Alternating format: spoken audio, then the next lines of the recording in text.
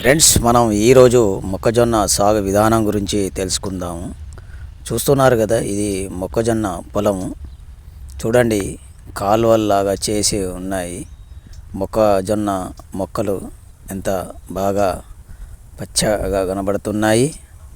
మొక్కజొన్న పొలం వేయాలంటే ఈ విధంగా కాలువలు తీయాలి. 5 రోజులకు ఒక్కసారి నీళ్లు పడుతూ ఉండాలి. ఈ విధంగా మనకు మొక్కజొన్న పెరుగుతూ కనబడుతుంది.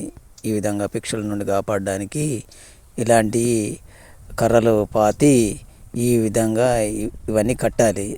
వీటి వల్ల మనము పక్షులను నుండి రక్షించవచ్చు పొలాన్ని. అదేవిధంగా ఒక శబ్దం కూడా మీకు వినిపిస్తుంది కదా, అది ఉడతల నుండి కాపాడడానికి మైక్లో రికార్డింగ్ చేసిన ఒక విధానము. ఈ విధంగా మొక్కజొన్న పంటను మనము కాపాడుకోవచ్చు, అధిక దిగుబడిని పొందవచ్చు.